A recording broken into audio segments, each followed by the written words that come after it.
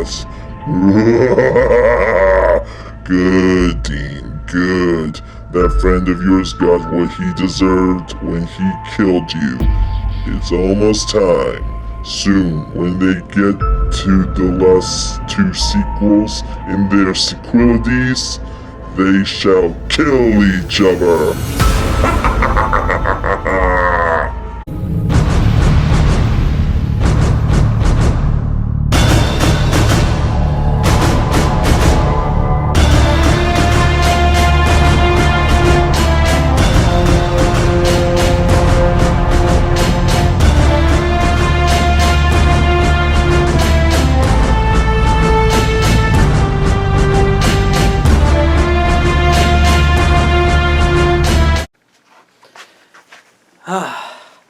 Hello everyone, and welcome back for so long with another Sequelties of Unscripted, Unhinged, and Uncut.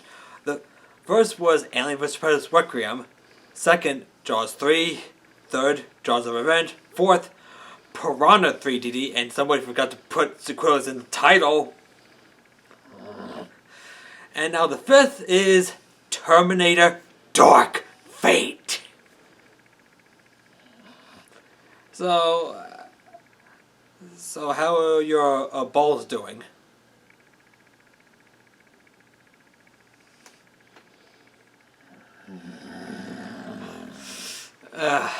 So yeah, we just finished up watching Dark Fate, and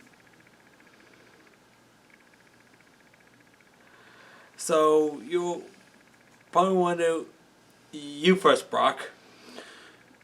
This movie is horrendous. Oh, come on, it wasn't that bad. Dean, they, spoiler alert, if you can call it that, they killed off John Connor, and this film was so incompetently made to the point that you can't even defend this film. But, okay, I can understand with the opening scene where John was all... Yeah, that has no importance. So I don't think the movie was that bad. Don't look at me that way. It's just one man's opinion. What's wrong with that? Look, okay, again, I can understand why he doesn't like this movie. And again, the way they killed John Connor, that's gonna piss everyone off.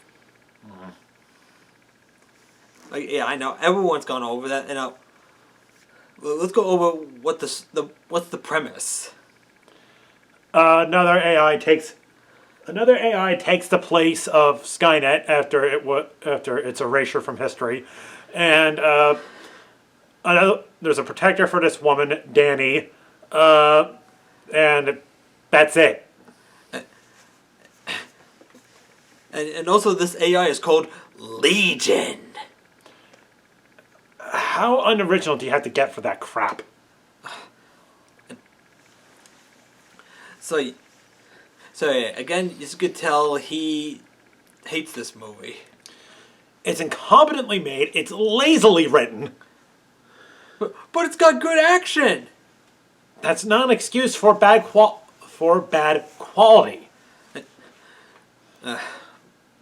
Sure, and he. What else? And also, it kind of repeats formula that we saw in Terminator Salvation. Yeah, and Terminator 1 and 2. I mean, I can understand wanting to pay tribute to those movies, but it does it in a way that's this abominable configuration. Configure what now? Configuration. Okay, so yeah, I guess like the action again does not help for him because more things about this film that pisses him off. Like, yeah, I mean, there's more bad than there is good. So I guess the bad stuff just trump the good stuff. Yeah, it does. It honest to God does. And also, let's go over like the characters of this. First off, with Sarah Connor. She's all right in this movie. But wait, that's it. Anything else? Yeah, there's not much to write home about. And let's go over the new characters, Danny and Grace. They're archetypes. I didn't feel anything for them. Oh, and another thing that bugs me about this film. She doesn't develop that strong character, that strong heroine type over time. I don't have a problem with female leads. My problem is they just dump it on your lap rather than having her develop to the point where she finds her strength and then rises up. It's just like, oh, she's strong now. It's basically it's goddamn Justice League. That's what it is. Wait, Justice League? You mean the Yeah, I mean, it looks like over time, you see character differences, which you can tell it was directed by two people, Zack Snyder and Joss Whedon. First in the movie, Cyborg is usually just a dark, tragic figure, but now he's all jokey in the later half of the film. Here it's just like this. I mean, first she's a fish out of water, then she's just this strong, heroic leader rather than her finding it herself. So that's what you have a problem with? Yeah. Danny? I mean, I don't mind. If anything, she could have been a much better character if it wasn't just dumped on our lap expecting us to accept this. And now anything with Grace? Nothing. I'm sorry, but I can't write anything. Can't write home about anything. And let's go with, like her the flashbacks in her future war. And earlier you told me that the costumes didn't look that.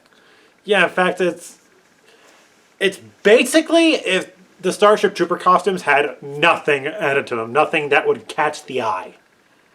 And also you said it looked like a knockoff version of Edge of Tomorrow. I mean, the Legion robots basically look like something straight out of Edge of Tomorrow. And now, speaking of Terminators, let's go over the villain, Rev 9.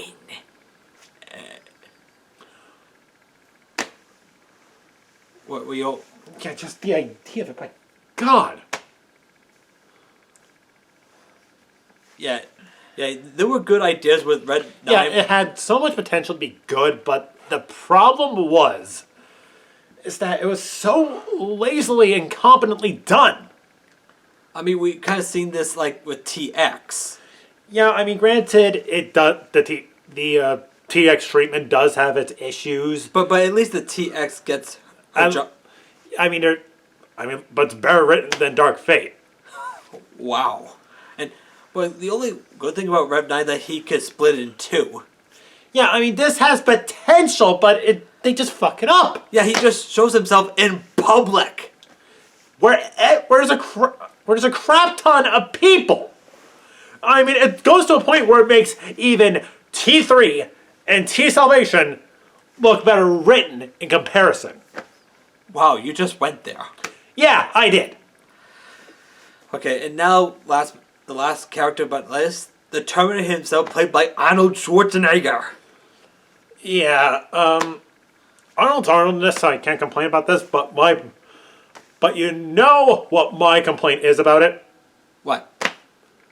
It's clearly stated that Skynet sent another Terminator rather than the T-1000 to assassinate John Connor. And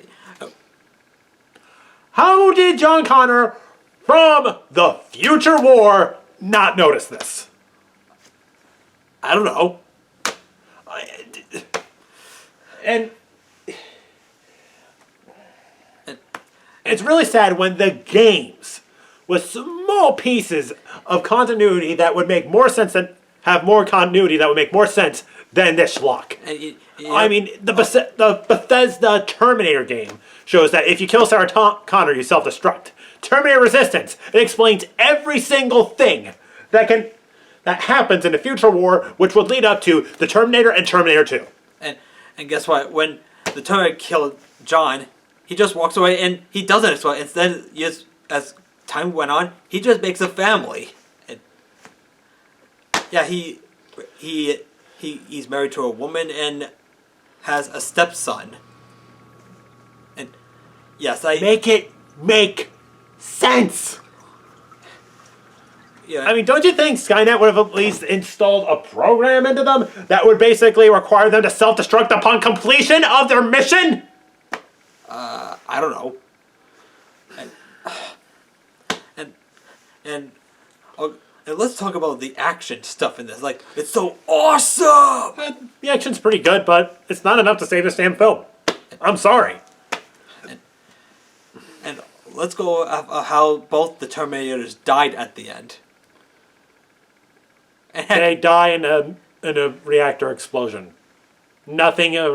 Terminator 3 did it better when the Terminator shoves his bomb into the TX's mouth and his last words are, "You are terminated."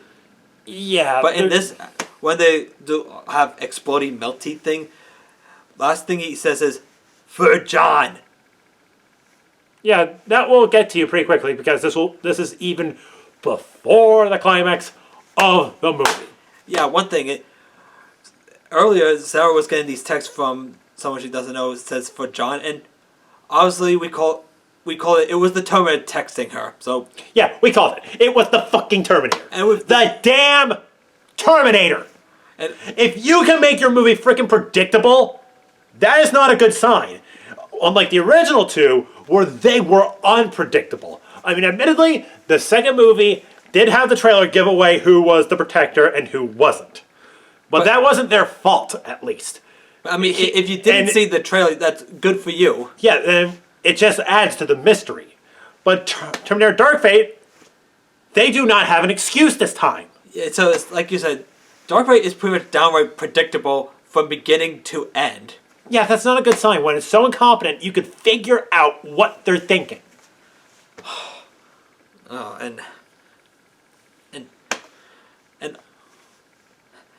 so again, they destroyed the Terminator, the bad Terminator, and Grace is dead, and so it's a, like you said, dull surprise. Yeah, it's. And so the movie ends with them where Danny and Sarah driving in. Yeah, that's it. And it's not like the second movie where where they actually did make an impact and stop Skynet. There's nothing. Yeah, okay. It just doesn't make sense why the Terminator has made a family. I mean, even my dad complained about it, and because what Kyle Reese said in the original movie, that it can't be bargained with, it can't be reasoned with, it doesn't feel pity, remorse, or fear. It will not stop ever until you are dead. Yeah, exactly. And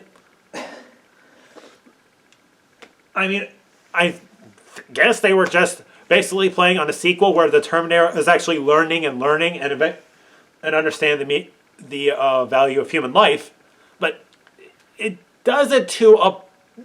Then, I mean, it says it even after Skynet was gone.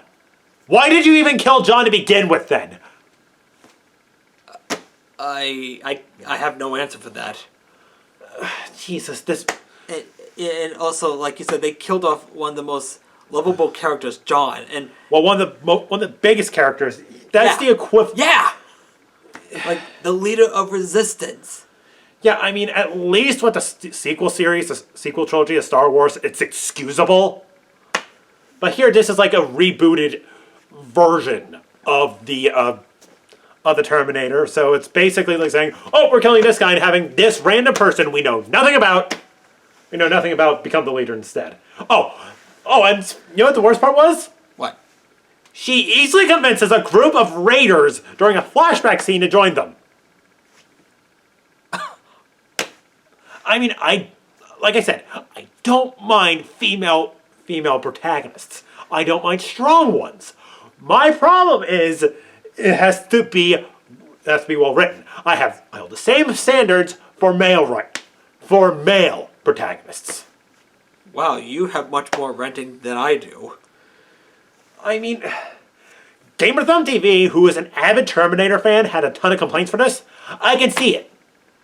I mean, but let's take out the Terminator title and see this movie for what it is. It's still crap. As mentioned before, it's incompetently directed, lazily written, and a lot of the characters I do not care for. So, anything else to complain about? That's about it. I'll just be repeating myself from this point forward. Yeah, like Ant-Man would say, you're repeating yourself, you're repeating yourself, you're repeating yourself. See? So, I think we're going to wrap this up. So, dudes have probably watched the original 2 movies. Yeah, I mean, I'll even suggest Rise of the Machines and Salvation, but Rise of the Machines depends on how you feel about that. But regardless, there are better movies than this. There are better movies than Dark Fate. And that goes... And also, we haven't even talked about Genesis, but that's something for another time. Oh yeah, we'll get to that. So yeah, that's all we have to say about Dark Fate. And guess what? We are almost done with Sequelties. Just one more movie. All right. So This is Brock McGinnis and Dean, signing off. and also the way you dress looks so familiar. It's freezing cold, and there's nobody here. I mean, like, there's hardly anyone here. Well, we are in the basement, and it's pretty much a big snow's outside, so we're pretty much stuck here. Sadly. But I swear. and I'll let you know what the last sequel is. Star Trek 5. The Final Frontier, and we'll see you all in the springtime, people. Take care. See ya.